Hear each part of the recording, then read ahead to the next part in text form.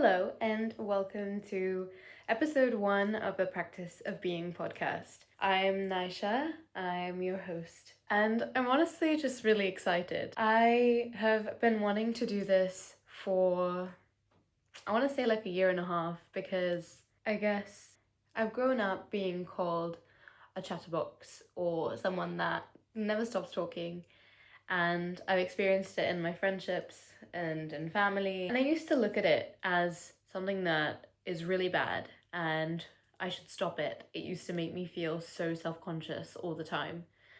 I would actively try and not speak. Many people experience this. But it's a weird feeling because I'm someone that thinks a lot and speaking is kind of my outlet for it. So whereas people would maybe write in a diary, and I do that too, but people may also do art to express themselves or do it many other ways, I don't know, or just think about things and be happy with things in their head. But for me, I need to verbalize things, otherwise I feel like my thoughts kind of get lost in thought and I never actually come to a conclusion with them. So a lot of the time, if I'm alone, which since I've moved out around 4.5, 5 months ago, if I'm alone and I have no one around me, you will 80% of the time find me talking to myself. I mean, even if I'm watching a show on my own, I will be talking to myself. And I consume so much in the way that, like, I'm constantly reading, I'm constantly listening to people talk, and I have opinions about things. I just hear things and want to explore them more. I'm not okay with just hearing something at face value and taking it.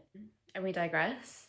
So today's podcast and kind of the reason of why the practice of being was formed was because I feel like in this world at the moment, we are constantly taking away the value that we once gave things. Whether that be going for a walk or, I don't know, maybe listening to music or a conversation with someone or a book or a movie, anything. The care that we used to give, the care that should be given rather, is not there yet. Or I think it's lost.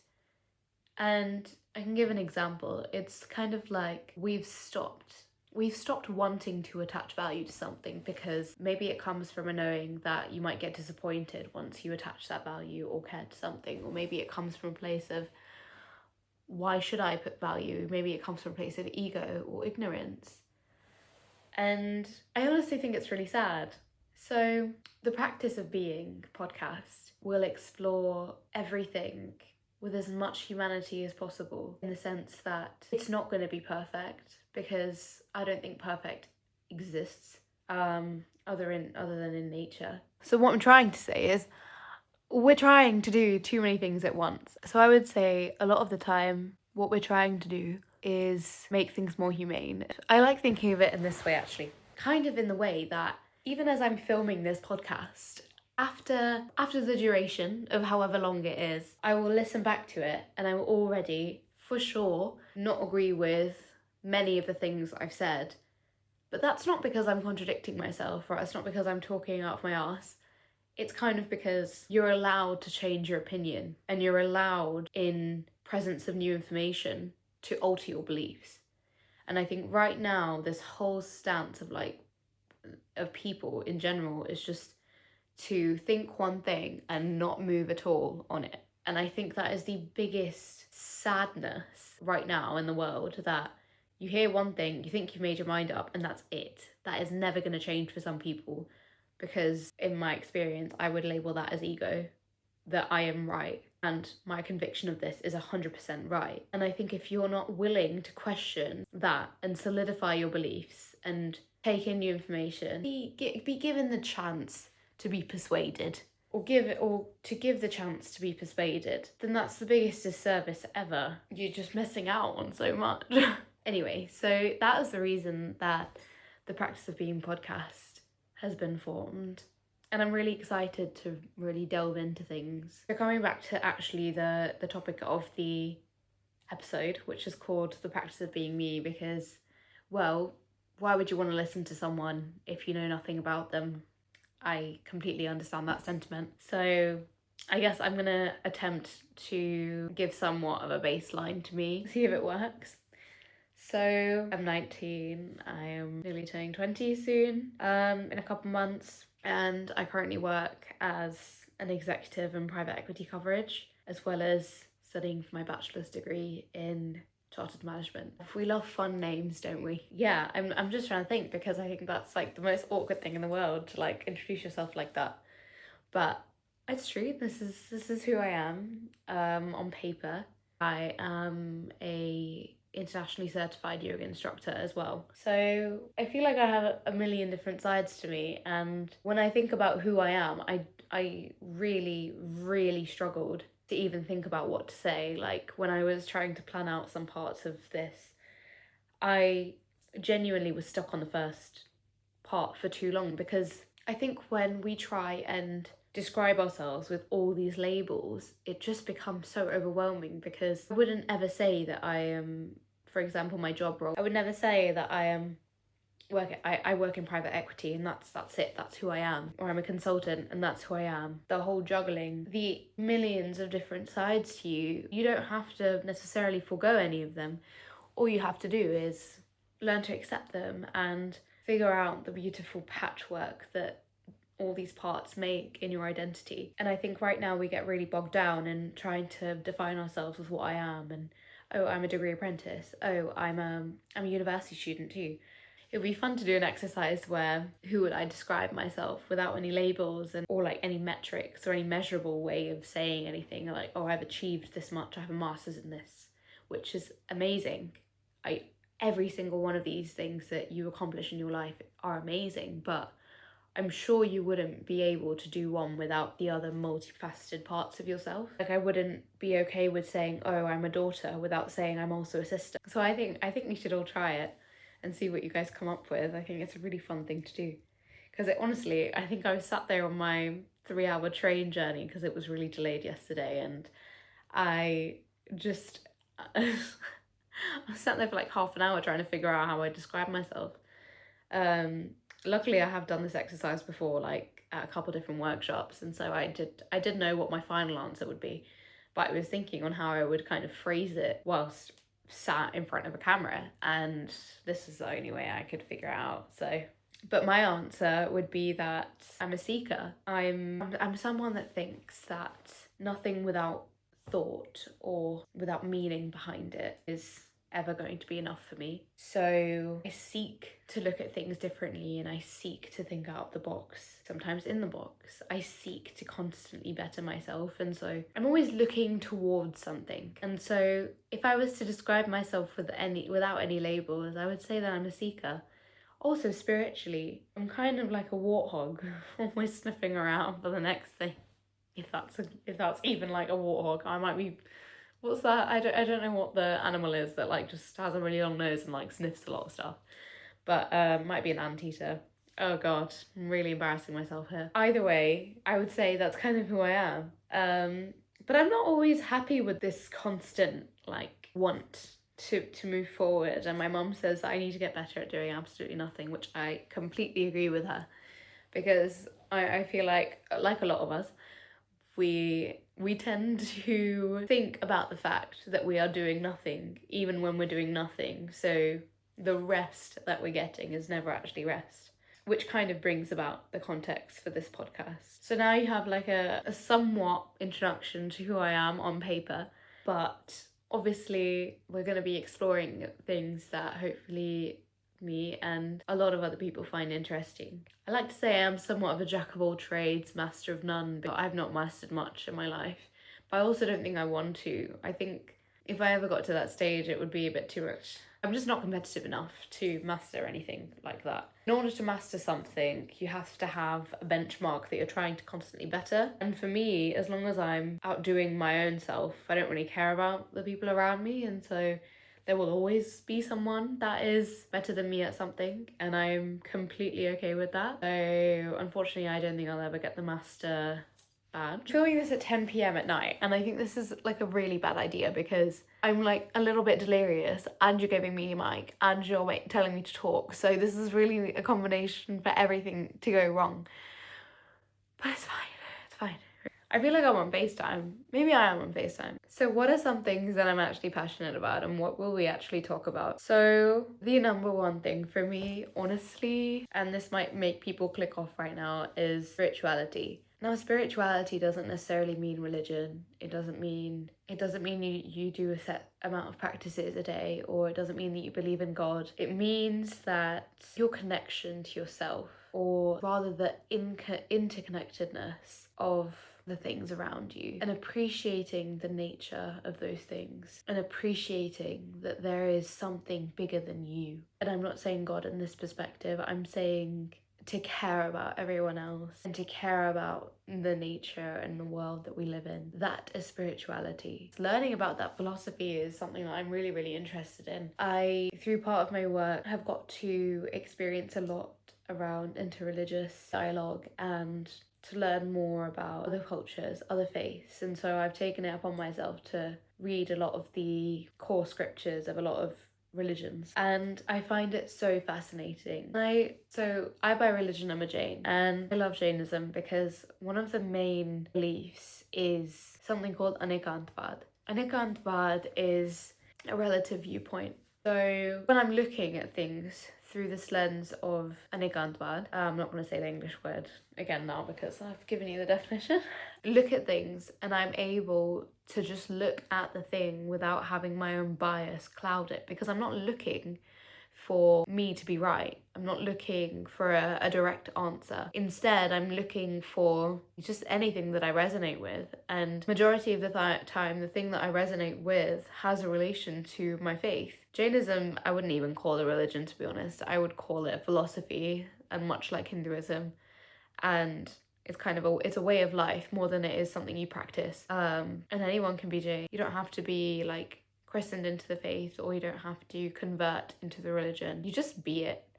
And I think there's a real beauty in that there's not much, you don't feel pressure, and you're still encouraged to explore. Again, I am not a black and white person. I live in the grey. I surround myself in the grey, and I enjoy the grey. And I think a lot of people have issues with this whole thing of not pigeonholing into one line of thought. I think that's where problems happen. Why do you have to stay in one pigeonhole? Why can't you go out? Why can't you agree with many different things? Now, I will say I don't agree with a lot of things 100%, but that's living in the grey. I'm somewhere at the 60% everywhere, because I believe that there is truth to every situation and everything. In some reality, in some scenario, whatever statement there is could be true. I think this level of acceptance, when you bring that into spirituality and into learning, it opens so many doors, because you're not focused on the fact that you have to be right, and you're okay with being wrong, and you're okay with learning something else that makes you think, oh, but I guess I do enjoy this part of this. So I already touched on the second thing, which is like humanitarian work. I've been very privileged to grow up with parents that have been actively involved in humanitarian work and volunteer work. I think that around the last 8 to 10 years, my dad has been leading the Jain community in Manchester and has been the biggest inspiration for me. And I'm just so grateful that I grew up in a house where giving was always more important than getting. Sometimes some of the presents that my parents like to do is donating, is saving the life of a cow from slaughterhouses as a birthday gift, and donating the set amount that would lead to that happening. It's this idea that you're not only living here for yourself, you're living here in this world with billions of other people, and your interdependence on them is undeniable in this day and age. Maybe you could live off your own land and do every single thing yourself, but even in that, you're dependent on your family unit if you have one. I think the joy of life comes from accepting and loving the people around you. It makes me so happy sometimes, that the whole idea, when we're walking down into the shops and we're going and we're seeing all these fresh fruit and vegetables and we get to buy them. For that one cucumber to get there, there's a farmer that has bought the land to be able to plant the seed, water the seed, make the crop grow, harvest the crop. Then there's a shopkeeper. There's someone that has packaged that up for you. Then there's someone that's put it in a truck, driven it all the way across the country or down the road, get it into that store. Then there is a shopkeeper that has stocked the shelves for you. Then there's people that are there working at the checkouts helping you out. I just think it's beautiful. Like, for that's for one cucumber, but that's for every single thing we've ever bought, especially for things like the beauty products that we use on our skin, or like your hair gel or anything. There's taken hundreds of people, like 100 people minimum, for that one thing to get delivered to you. Your use. You understand that it comes from the fact that we are all here together. And the sooner that we embrace that, and the sooner that we love more than we take for granted, we're actually going to get a lot more out of it. So yeah, that's something I'm very, very passionate about, and hopefully I'll get to expand on some of the things I've been privileged to do in coming episodes. So yeah, that's another one of my little top interests in life. Then there's also art in general. I mean, you get from music. I love painting. If anyone has seen the cover of this podcast, you see me painting on the ground, in definitely not a position that you would paint in, so sorry about that level of fakeness. And I love art, and I wish I was able to create more, but I don't think I am. And honestly, I don't think I'm that artistically gifted. I just really enjoy the process, and I just love colour. I'm looking a bit bland today, but usually I have a little bit more colour on me. I love art. I think that people live in order to appreciate art in some way. People work to appreciate art in some way, because what's life without art? I don't think I would get through a day of my life, or like a day at work, without the music and without music on, because it not only helps me focus, but I'll be listening to house music at 9 in the morning. When I finish a day of work and I come sit down and I want to relax a little bit, I'll either read a book, which is also someone's art form. It's usually fiction. Actually, that's such a lie. I've really been getting into non-fiction recently. I've been actually really missing fiction books. I've not read a fiction book properly in a good few months, and I need to really get back on the grind. But I will say, looking at different art forms, I come home and I will be probably consuming some kind of art, whether it be a TV show, someone's YouTube video, a movie, music. We wait for the moment that we can consume art. Even like, for example, when we go for a run, or like I go for a run in the morning sometimes, and I wait to see like all the scenery around me, and that's nature's art, and I just don't, the appreciation of it is gonna be a lifelong task of mine, and I hope that everyone appreciates art. Everyone is an artist, and if you haven't found your medium yet, you will. And I guess that comes on to the whole running thing. I love health and fitness is something I'm really, really passionate about. I will always be finding ways that I can be healthy. So, because I believe that our body is a tool, it's a vessel that will allow us to flourish, and we need to take care of our bodies if we want to give our mind the opportunity. Your mind can't be running on empty fumes.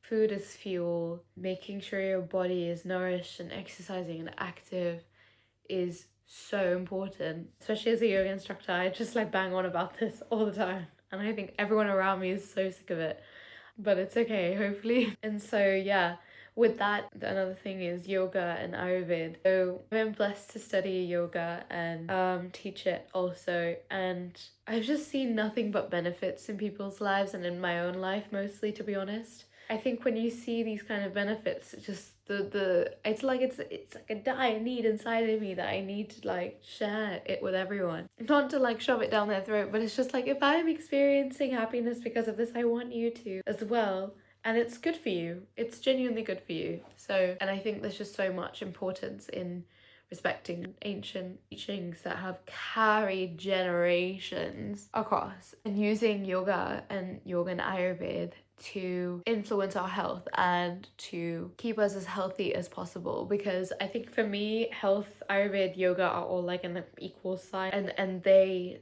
like in my life, they are interconnected. You cannot have one without me thinking about the other, and it's kind of just second nature now that I'm constantly doing it. So hopefully one day we can get into some of the tips and tricks that I absolutely adore and that I've learned from some amazing Ayurveda specialists. I guess what I'm trying to say is, there are these, if I imagine myself as like a little circle, I've got like 1,000, not 1,000, maybe I've got like 20 different overlapping circles that kind of make up who I am. I'd be really, really interested to hear what other people think their like 8 circles are that make up who they are. I would really hope that people maybe after this podcast would start thinking about what makes a human being. Last year, I think I really went through it. I would go through months and months, I think exactly a year ago actually now, where I had no faith in myself because I didn't know who I was. I had defined myself from like metrics that I'd given myself at school, and then when school had ended, because I took a gap year last year basically, and when school had ended, I felt somewhat purposeless because I wasn't planning to take a gap year, but I ended up taking a gap year.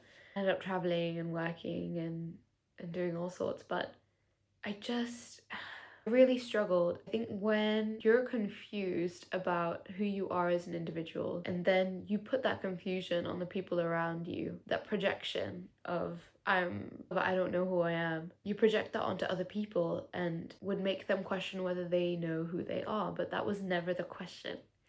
The question was, who are you? I think this little predicament of figuring out who you are and what your purpose is and what's your why. Why do you do things? Why do you wake up in the morning? What do you want to achieve? Getting that straight is like step one, because that's the foundation in which you're trying to build. And I genuinely thought that I knew absolutely everything about myself, but maybe come a year and a half ago, I swear to God, I did not know who I was. I had the self-confidence of like I don't know, an animal that has really low self-confidence. I just did not know who I was. I had no self-esteem. Or rather, all the self-esteem I had was it was just gone after school ended because I just did not know what to do with myself. That's okay, you don't have to know who you are. That's a process and that's a journey, and you're going to constantly learn about things. But having a little bit of a foundation that can prop up your self-esteem and your confidence is so important, because that's when true work will be done. Hopefully everyone took something from this, and if not, I took something from this. I hope you have a beautiful day or night whenever you're listening to this, and I hope that my recovering from illness voice wasn't too much of a pain to listen to. I really, really appreciate everyone's time, and bye.